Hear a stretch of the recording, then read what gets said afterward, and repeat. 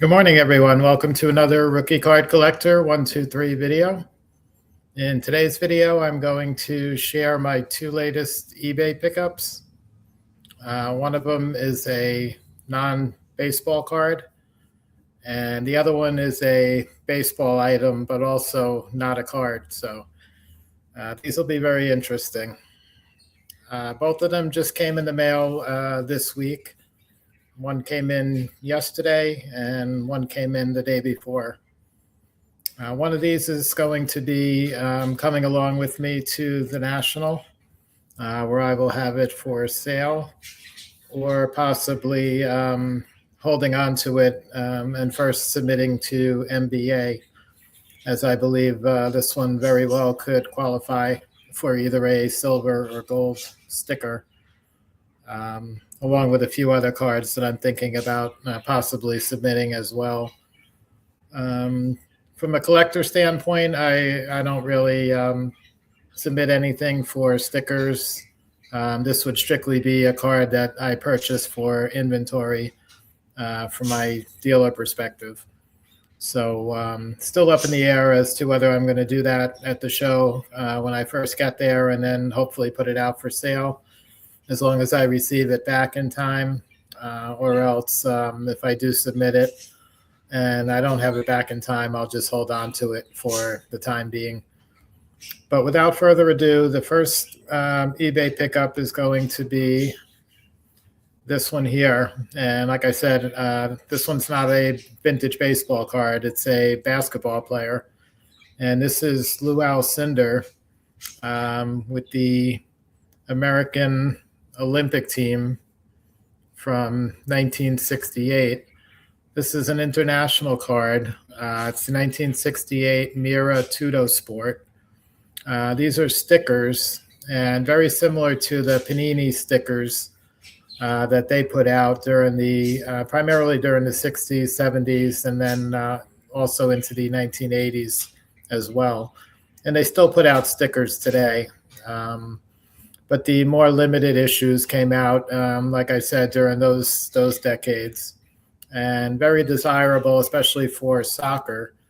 But there's also basketball players, hockey players that cannot be found in any other U.S. card issues. In some cases, a lot of them are international players that starred for teams like the Soviet Union during the 1970s. The Russian hockey team during that same era, 60s and 70s as well. And this one predates the Lew Alcindor U.S. Topps rookie card by either 1 year or 2 years. The Topps rookie is a 69 to 70 issue. Those are the tall boys. And of course, extremely high demand for those cards these days. But the population on those Alcindor Topps rookies is in the thousands. The population on these Mira Tudo Sport stickers is far, far fewer. And there's actually two versions of these that were put out. The first version is the normal one that was produced in conjunction with an album and was meant to be peeled and stuck in the album to complete a international sports set. And there's many, many different sports covered in here. Wilt Chamberlain's another famous basketball player, which was included in the set. And there's many others, along with lots of other sports as well. The Alcindor I have here is graded at PSA 6, and this is actually the second Alcindor that I've owned from the same set.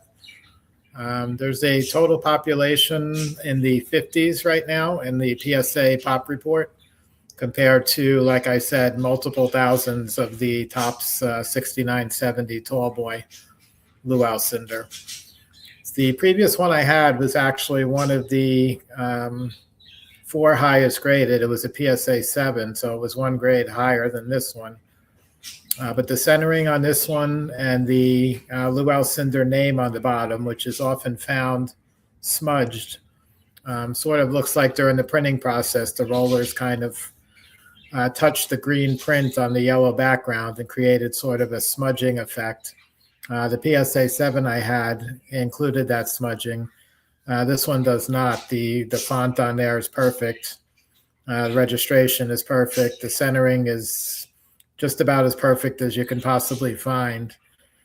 And as I started to say, there's two different versions of this. This is the regular sticker, the one that was meant to be collected, put into the album. Then there's also a second version. The front of the sticker remains the same, so it would be identical to this one.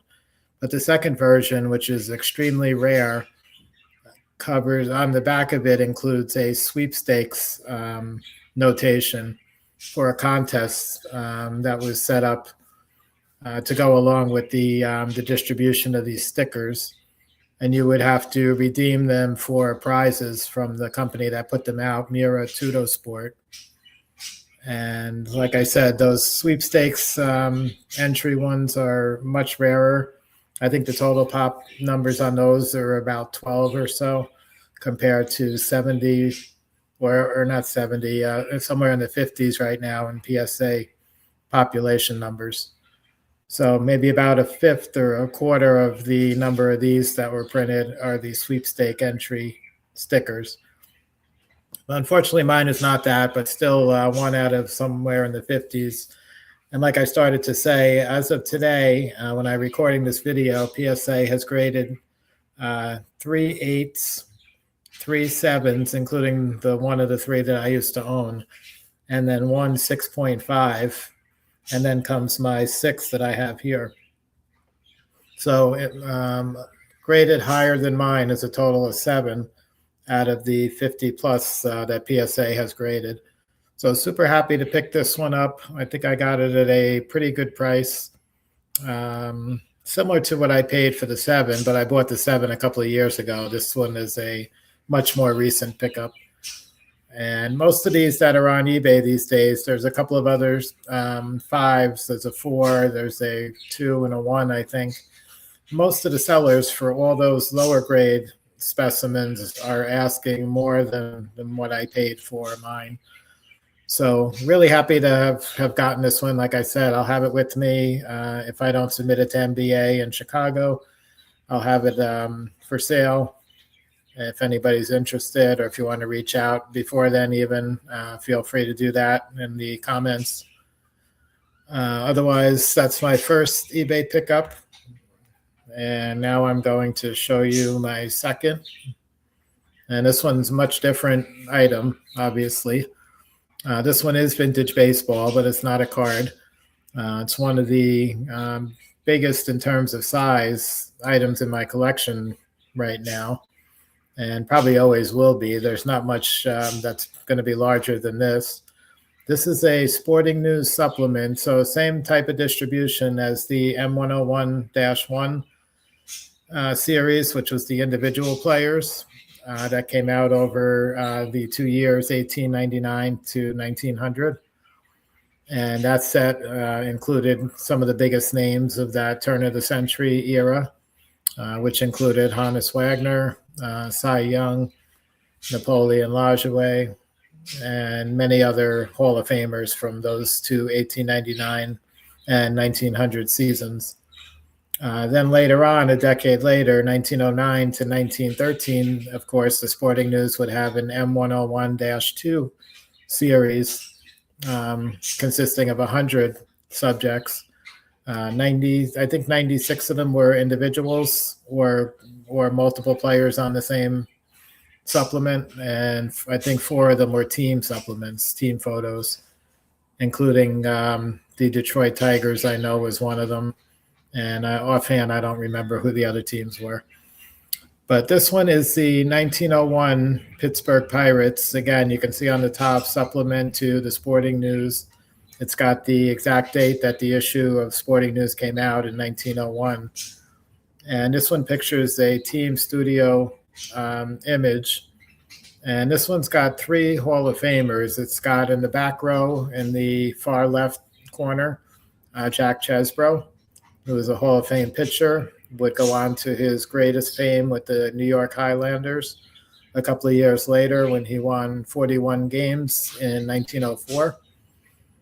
It's got Fred Clark, who was the player slash manager of the Pirates throughout most of the first decade of the 1900s and into the 19 teens.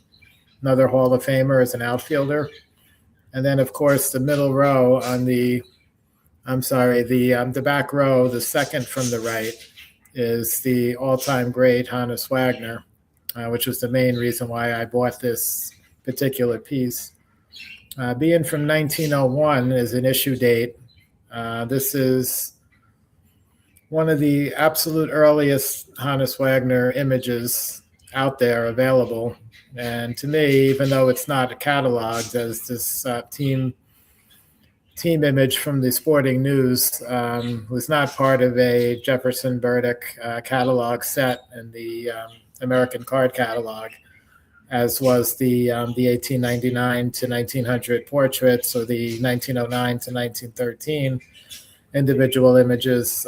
Sporting News over the decade in between, almost every year put out team supplements or premiums picturing complete ball clubs primarily. At one point, I had a 1902 Philadelphia Athletics, which also had three or four Hall of Famers. And there's many other teams out there.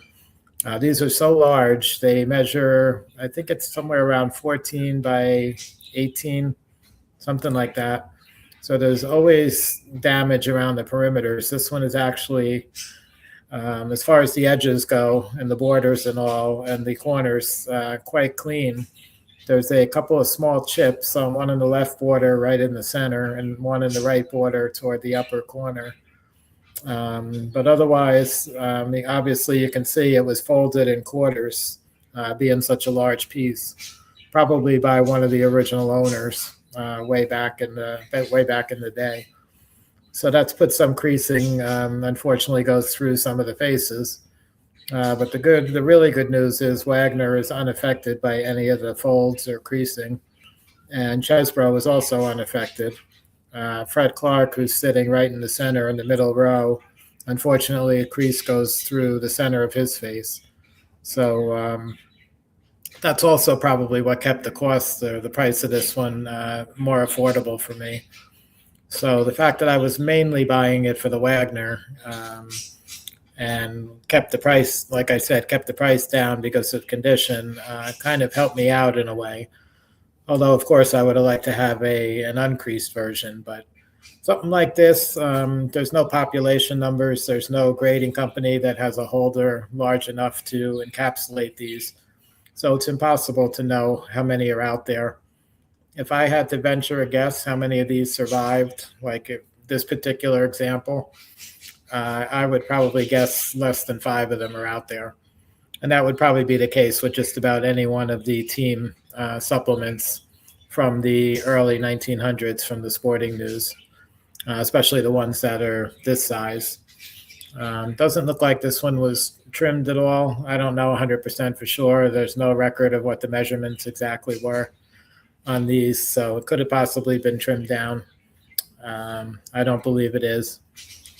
But for now, it represents the earliest Honus Wagner. And I was starting to say, to look for something earlier than this one, especially a catalog type of item.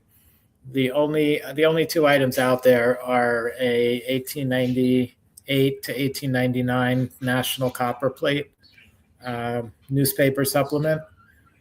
They produce 50 players in a bound volume type of format. Also very large, oversized. Those were as well. Not quite as big as this, but that was an individual Wagner. And ideally, that would be my Grail Wagner rookie item if I'm ever able to pick up one of those. The other one is from the exact same image from the following season, 1899. And it's the Sporting News, also the M101-1 supplement, which I mentioned before. It's Wagner, again, individually as opposed to team.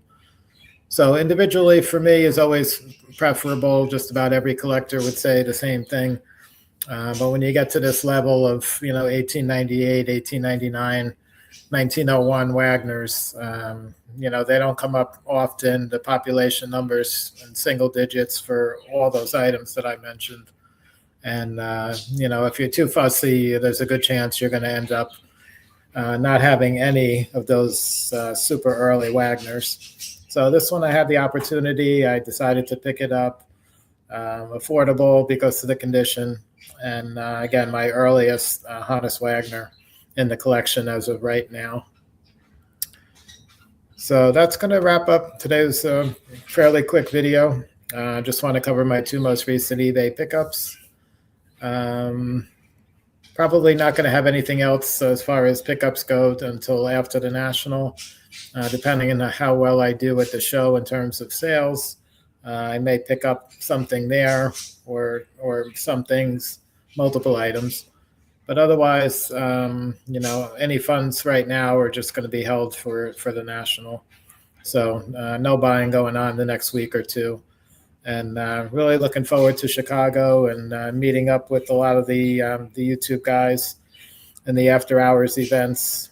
And, hoping for a great time, both selling and even buying at the National. And like I said, just looking forward to that. I'll probably put out a couple more videos, more informational type videos, probably continuing with my tobacco card series.